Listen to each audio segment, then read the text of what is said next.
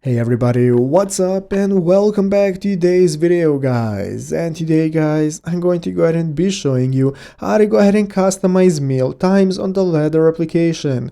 This is a very simple thing to do, so make sure to watch this quick and easy video till the very end, follow my steps correctly so you can make sure that this works the same for you and you can do this yourself. But yeah guys, let's get straight into it. So the first thing we want to do is to go ahead and open up the official Ladder application if you have not already. So if you do not already have it downloaded, what you want to do is go ahead and open up the App Store on your mobile phone, open up the App Store, search for Ladder, find the application and install it. So after installing it and opening it up, this is going to be the home page you're greeted by. From here, the first thing we can do is go and select the theme that we want to go and be part of. So in the bottom right corner, open up the theme section and get started with filtering out the themes to find which one suits you the most. And now we can get started with following that theme's workouts. So by going to the workout page, we can take a look at the workouts, and now let's go and take a look at how to customize meal times. So basically we are going to navigate to the nutrition tab right here in the bottom right corner. That's going to enable us to set up our tracking. So